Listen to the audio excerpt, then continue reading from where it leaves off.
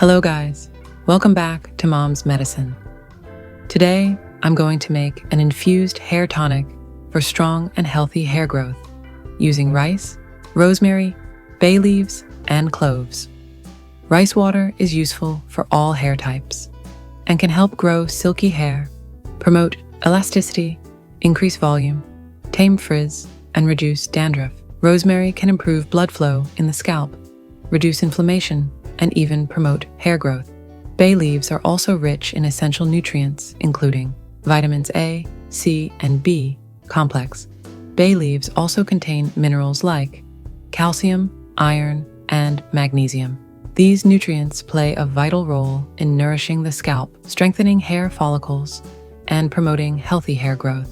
Cloves also strengthens hair, promotes shiny hair, prevents hair loss, and premature graying.